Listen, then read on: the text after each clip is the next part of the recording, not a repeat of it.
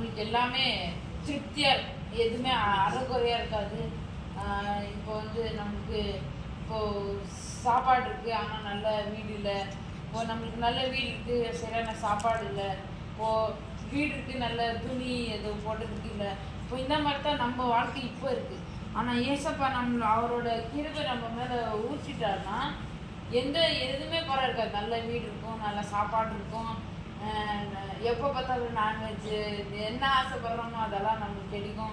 அதுவும் இல்லாமல் என்னன்னா நம்மளுக்கு துணி எல்லாமே ஏசப்பா நமக்கு அவரோட கிருபை நம்ம மேலே ஊற்றிட்டோம்னா எல்லாமே சஃபிஷியண்டாக இருக்கும். நம்ம வந்து இப்போது என்ன பண்ணுறோன்னா இப்போ மனுஷங்களான என்னன்னா எல்லாத்துமே எனக்கு தாங்க இல்லை நான் வாங்கிக்கிறேன், எல்லாமே கொடுங்க கொடுங்க கொடுங்க கொடுங்கன்னு தான் சொல்லுவோம். ஆனால் நம்ம எது போதும் எனக்கு இதுக்கு மேலே வேணாம் அப்படின்னு என்ன சொல்லுவோம்னா சாப்பாடு ஒண்டி தான் நமக்கு போதும், வயிறு ரொம்பிடுச்சுன்னா போதும் வரையும், மிச்சம் என்னவே எனக்கு காசு